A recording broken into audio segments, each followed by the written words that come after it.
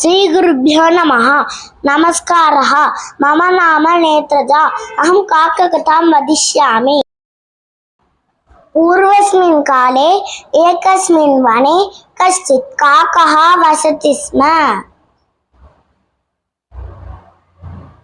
एकदा काकस्य अतिदूरप्रयाणात् पिपासा आसीत्। सर्वत्र जलम् अन्विष्टवान्, परन्तु जलं कुत्रापि न प्राप्तम्। पिपासार्दितः काकः बलहीनः आसीत्। तथापि विश्वासेन वने सर्वत्र जलान्वेषणं कृतवान्। तदा एकं गृहं दृष्टवान्। गृहे जलं स्यात् इति मत्वा गृहस्य उपरि उपविष्टवान्। अनन्तरम् एकं घटं दृष्टवान्। घटे जलं दृष्ट्वा काकः सन्तोषेण आसीत्, परन्तु जलं किञ्चिदेव आसीत्।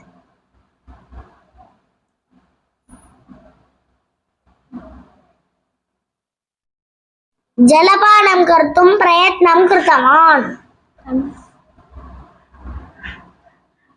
परन्तु न शक्नोति स्म। सः बहुकालं चिन्तितवान्।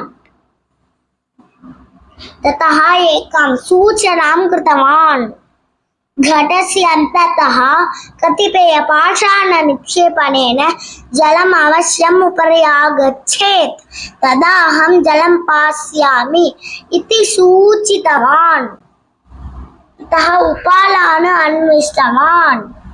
एकैकतया उपालं स्वीकृत्य घटस्य अन्ततः निक्षिप्तवान्।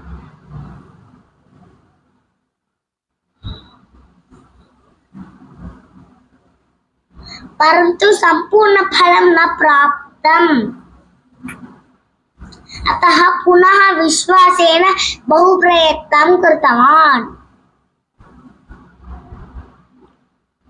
अन्ते उपरि जलम् आगतम्।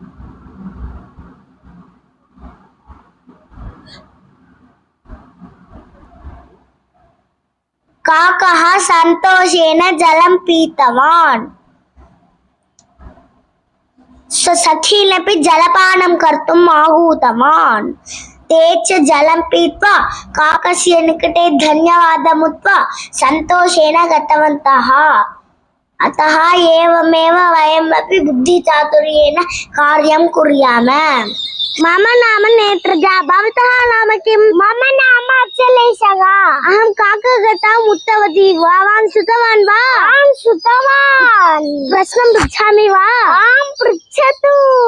उत्तरं दास्यति वा? आम् दास्यामि। काकस्य कस्मात् पिपासा आसीत्? काकस्य अतिदूरप्रयाणात् पिपासा आसीत्। पिपासार्दितः काकः कथम् आसीत्? पिपासार्दितः काकः बलहीनः आसीत्। घटे किं दृष्ट्वा काकः सन्तोषेण आसीत्? घटे जलं दृष्ट्वा काकः सन्तोषेण आसीत्।